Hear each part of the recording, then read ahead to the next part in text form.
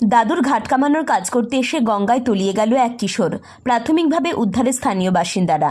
এদিন ঘটনাটি ঘটে ফুলিয়া বয়রা গঙ্গার ঘাটে। জানা যায়, ঘাট কাজ করবার সময় স্নান করতে নেমেছিল বাড়ির অনেকেই। তলিয়ে যেতে দেখে দুজনকে। তৎক্ষণাৎ দুজনকে উদ্ধার করা গেলেও 13 বছরের কিশোর বাবুসোনা ঘোষকে এখনো পর্যন্ত পাওয়া যায়নি। তারই খোঁজে তল্লাশি শুরু করেছে স্থানীয়রা। খবর পেয়ে ঘটনাস্থলে আসে ফুলিয়া ফাঁড়ির পুলিশ। খবর দেওয়া হয় বিপর্যয় মোকাবিলা দপ্তরকে। পুলিশ সূত্রে খবর, বীরনগর মধুগাছি পাড়ার বাসিন্দা অষ্টম শ্রেণীর ছাত্র বাবুসোনা ঘোষ তার দাদুর বাৎসরিক কাজের ঘাট কামানোর কাজ করতে মঙ্গলবার সকালে ফুলিয়া বয়রার ঘাটে আসেন।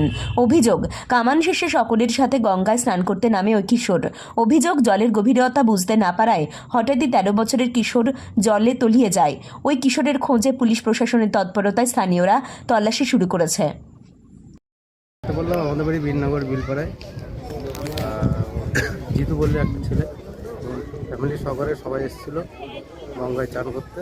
কালকে তার বাৎসরিক, দাদুর বাৎসরিক বাচ্চাটা ঘাটে নামতে জলে ডুবে গেছে। এখন ডুবুরি এসছে, চলছে কাজ। আপনার বাড়ি বাচ্চা? হ্যাঁ, বাচ্চার বাড়ি কোথায়? বাচ্চার বাড়ি বীরনগর বিলপাড়া। আপনার কি এলাকায়? হ্যাঁ, আমাদের পাশে। আপনার কখন এসে পৌঁছেছেন? আমরা মোটামুটি 1:10-15 নাগাদ এসেছি। কি জানতে পারলেন? আমরা লোকাল হেল্পলাইন থেকে এবং ভিডিও এবং থানা থেকে ইনফরমেশন পেয়েছিলাম যে এখানে একজন ডুবে গেছে। আর বাড়ি বীরনগর, বয়স আনুমানিক 14 বছর।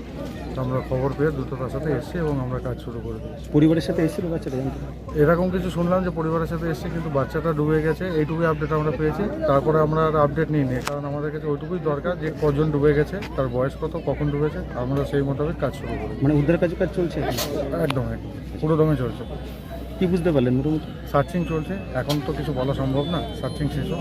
নদিয়ার ফুলিয়া থেকে অঞ্জন শকুলের রিপোর্ট, এন বাংলা নিউজ।